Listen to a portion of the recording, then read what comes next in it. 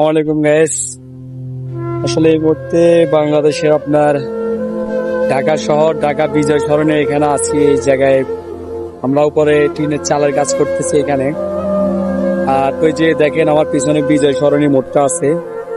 বিজয় সরণি মোড়ে এই জায়গায় একটাই দেখা যাচ্ছে আপনার ওই যে বঙ্গবন্ধুর যে ইয়াটা, এই যে ওই রাউন্ড যে ইয়াটা, এটার কাজটা আমরা করছিলাম এখানে। তারপর জাদুঘর, এখানে আমরা মোটামুটি অনেক কাজ করতেছি এখন।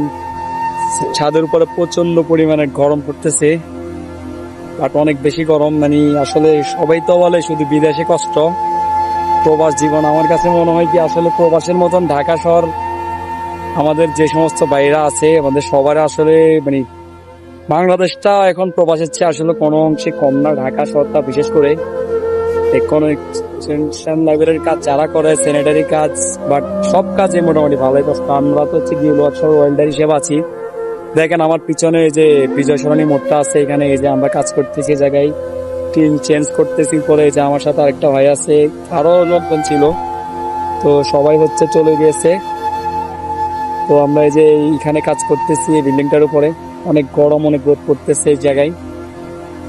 তো বিদেশ থেকে আসলে কষ্টটা কোনো অংশে কম মনে হয় না আমাদের বাংলাদেশেও। সবাই তো শুধু বলেন প্রবাস, প্রবাসটাই কষ্ট। আমাদের বাংলাদেশটা আসলে এতে বেশি পরিমাণের কষ্ট। দেখেন আমার সাথে একটা ভাই আছে এই জায়গায়। কি বলেন, প্রবাসের চেয়েও আমাদের বাংলাদেশে কষ্ট কি কোনো অংশে কম নাকি? দেখছেন কি পরিমাণ কষ্ট, ঘামে মনে করেন পুরো একবারে ভিজে গেলাম গা। তো যাই হোক, ভালো থাকবেন সবাই, আল্লাহ।